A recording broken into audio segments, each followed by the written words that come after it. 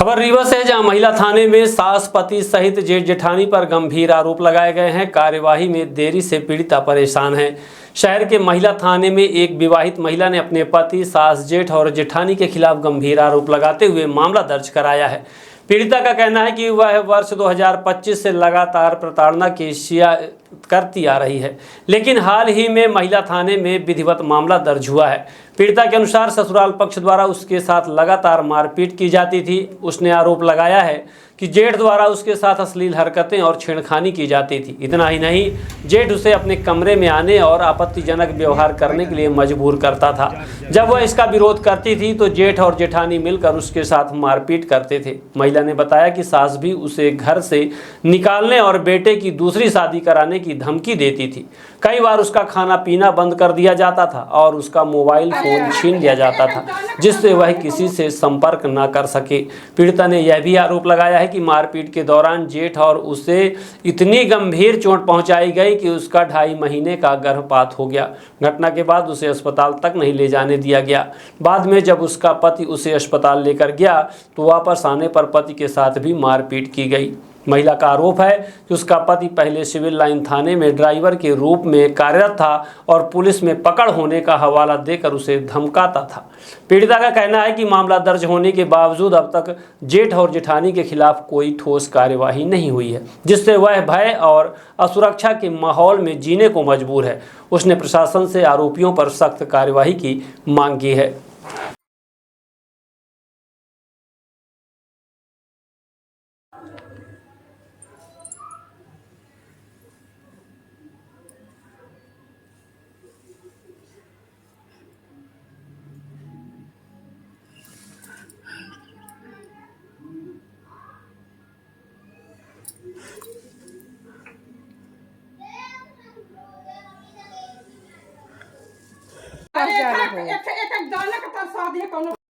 ये बैठी है, खोल नहीं रही है, ये भागी जा रही है। जेठानी ये बोल रही, कहती है कि हम तुम्हारा मैसरुआ नहीं है, मेरा मैसरुआ है। दूध मैसरुआ रखेगी और घर से निकलवा रही है पूरा।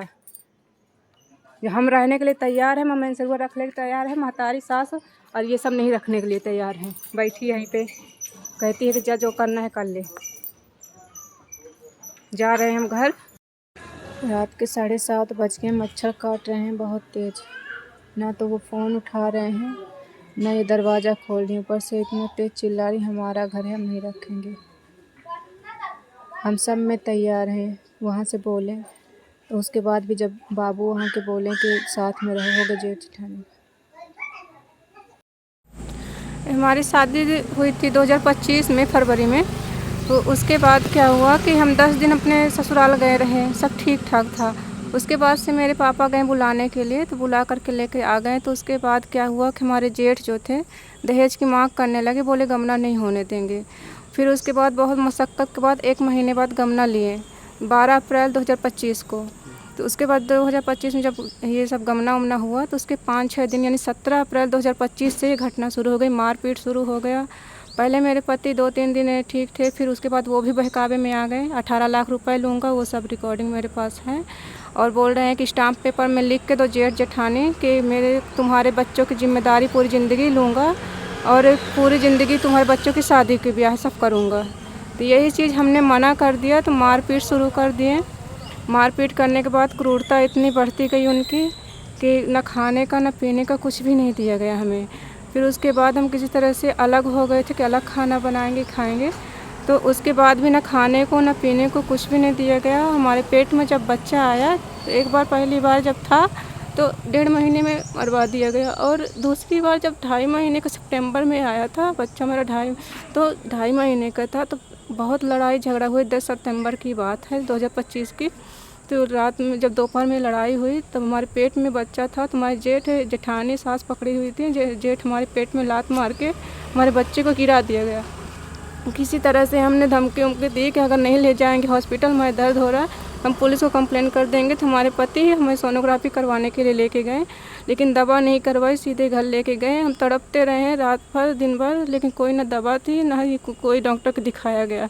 किसी तरह से हमारी जान बची। उसके बाद इतना लांछन, हमारे जेठ, हमारे पति घर पे नहीं रहते थे, हमारे रूम में उनकी गैर मौजूदगी में घुसते थे। हमारे 1 महीने की शादी जैसे हुई थी वैसे ही हमारे जेठ क्या हमारे रूम के बाथरूम का दरवाज़ा बंद करके बोलते थे नीचे ही रहो। उसका भी ऑडियो वीडियो मेरे पास है, नीचे ही रहो। नहीं, नीचे उनके सामने में खुला था तो वहीं हम लेटते थे और वहीं हमको नहाने के लिए बोलते थे, मेरे सामने नहाओ। तो इस तरह से हमें ये सब अच्छा नहीं लगा। तो हमने फिर अपनी मम्मी को आते जाते ने पहले नहीं बताया, फिर मम्मी पापा को बताएं किस तरह से क्रूरता कर रहे हैं, मारपीट कर रहे, ना खाना पीना दे रहे, ना कुछ भी। फिर जा कर के जब मेरे मम्मी पापा फ़ोन किए तो उनको भी गाली गलौज हमारे जेठ देने लगे और हर जगह ये फैलाने लगे कि ये ऐसी है, माँ बहन की हर चीज़ की गाली उन्होंने दिया। और बोलते हैं बिना वस्त्र के नाचती है, ये करती है, हर जगह मतलब कि रिश्तेदारी में उन्होंने बदनामी की। हमारी जेठानी उनका फुल सपोर्ट करती रही, बोलती है कि अगर नहीं दोगी, नहीं करोगी तो इसी तरह से परेशान करेंगे, तुम्हारा तलाक दिलवा के रहेंगे। जेठ बोलते हैं इसको तलाक दे दो, इसका सामान सब लौटा दो, वो भी मेरे पास रिकॉर्डिंग है, इसको घर से निकाल दो। जेठानी बोलती है कि मेरे पति को कि तुम मुझसे वादा किए थे। तो बताइए किस चीज़ का वादा किए थे हमारे पति से? वो अपने पति से वादा पूरा करवाएंगे कि हमारे पति से? बोलती तुम वादा किए थे कि शादी करके, या जेठ भी बोलते शादी करके 1 महीने 2 महीने बाद निकाल दूंगा इसको घर से, इसको घर से निकाल दो और मुझे पूरा हक दो अपनी जायदाद प्रॉपर्टी में, और अगर वादा पूरा नहीं करोगे तो जान से मार देंगे। और हमें 2-3 बार जान से मारने की कोशिश की गई। गैस के सिलेंडर की पाइप कटवा दिया गया। तब अब खुद सब लोग बाहर हो गए थे और हमने देख लिया, चेक करते रहते थे तो देख लिया, उससे मेरी जान बची। और जेठ बोलते मैं मुसाहिबा दवाई लेकर जेब में घूमता हूँ, मैं मार दूँगा। अभी कुटुंब न्यायालय में भी मिले थे 28 अप्रैल को, तो बाहर गालियां दे रहे थे। हमारे अंकल भी थे तो उनको भी बोलते हैं जान से मरवा दूंगा, एक्सीडेंट करवा दूंगा तुम्हारा। माँ बहन की गालियां देते हैं, लांछन लगाते हैं कि ऐसा करती वैसा करती है। तो हम सरकार से और पुलिस प्रशासन से यही सबसे निवेदन करते हैं कि इन सब के खिलाफ कड़ी से कड़ी कार्रवाई की जाए। हम बहुत परेशान हैं। कहाँ शिकायत की थी?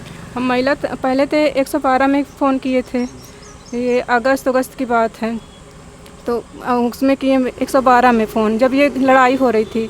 लड़ाई होने के पश्चात जैसे हम 112 में फ़ोन किए तो हमारे पति हमारी मोबाइल छुड़ा करके स्विच ऑफ कर दिए और बार बार हमारी मोबाइल छुड़ा करके रख ली जाती थी कि बोलते थे कि रिकॉर्डिंग करती है, और मारपीट की जाती थी। उसके बाद जब हमें ये अगस्त में हुआ, 1 अगस्त को, जब फिर से हमारी सास मुझे मारने के और मेरे जेठ मेरे रूम में घुसे थे, तब भी मैंने रिकॉर्डिंग की। और उसके बाद जब ये लोग नहीं माने, हम पति को फ़ोन किए कि ये लोग मारने के लिए आए हैं, आप इनको मना कर दीजिए। तो हमारे पति बोले जो करना हो जाके कर लो। तो हम अपनी जान छुड़ा करके वहाँ से 1 अगस्त को पुलिस थाना, महिला थाना पहुँचे। शाम के 6 बजे थे। महिला थाने वाले बोले कि इतने टाइम तुम्हारी रिपोर्ट नहीं लिख जाएगी, कोई नहीं है, जाओ सिविल लाइन थाने। सिविल लाइन थाने गए, कंट्रोल रूम भी गए, तो वहाँ से भी समझाइश करके हमें भेज दिया गया कि ये लोग नहीं मारे पीटेंगे। जैसे हम घर के अंदर गए तो वैसे हमारी सास हमको बहुत मारी। हमारे पति खड़े हुए थे, हमारी सास हमको मारी, और मारने के बाद फिर ये लोग हमको 2 महीने तक घर से बाहर ही नहीं निकलने दिए, बंदिश बना के रखे हुए थे। फिर किसी तरह से हमारे पापा को हमने बताया कि हमारे पापा ये बोले कि ठीक है अपनी बेटी को लेकर जाओ, मैं फिर आऊँगा तो बात करूँगा। तो हमारे पापा कौन है, क्या करते हैं? गुलाम साबिर हैं, सिविल लाइन थाना में ड्राइवर थे, TI की गाड़ी चलाते थे। तो उसी के कारण, दबदबा के कारण जो था, तो इन्होंने रिपोर्ट हमारी नहीं लिखने दी।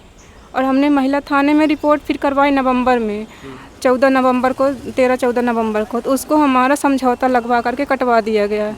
बार बार हमने जाते रहे, लेकिन सिविल लाइन थाना के धौक दिखाते हुए कि मेरा ना पुलिस ना वकील कोई कुछ नहीं बिगाड़ सकता, तुमको जहाँ जाना है जाओ, जो FIR करवाना है करवा लो, कोई कुछ नहीं करेगा, मेरे पास पैसा है। इस तरह से रौब दिखाने लगे और मेरे कहीं भी सुनवाई नहीं हुई। आज मैं 6-7 महीने से भटक रहे हैं इधर से उधर। SP के यहाँ भी आप शिकायत की? SP के यहाँ भी शिकायत किए थे। वहाँ कब दर्ज हुआ, कैसे? अभी फिर जब हम ये लोग नहीं कर रहे थे, CSP मैडम के पास गए हम। CSP मैडम फिर बुलाएं तो फिर 1 स्टाफ के लिए भेजा गया। फिर से हमारी काउंसलिंग का शुरू हुआ। फिर यहाँ महिला थाने में हमारी 27 अप्रैल 2026 को किसके खिलाफ मामला दर्ज हुआ?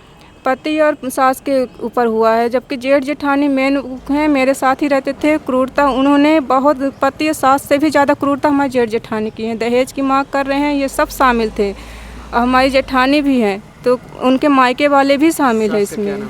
सास का रहीसा बानो, पति का गुलाम साबिर नाम है, और जेठ का गुलाम गौस, और जेठानी का जैनब निशा। और ये जेठ जेठानी क्या करते हैं, क्या कहते हैं, अब क्या चाहती हैं आप? जेठ जेठानी के ऊपर कार्रवाई हम चाहते हैं, क्योंकि इन्हीं के कारण मेरा घर बर्बाद हो रहा है। हमारे पति को बहका करके पूरा रखे हुए हैं, इन्हीं के कारण मेरा घर पूरा बर्बाद हो रहा है। बस हम ये चाहते हैं कि हमारे पति को हमारे साथ रहने दिया जाए, क्योंकि ना हमें घर में रहने दिया जा रहा है और ना ही हमें कुछ भी एक पैसा दिया जा रहा है। तो हम अपने घर में अपने पति के साथ अलग रहना चाहते हैं, वहाँ मेरी जान को खतरा है।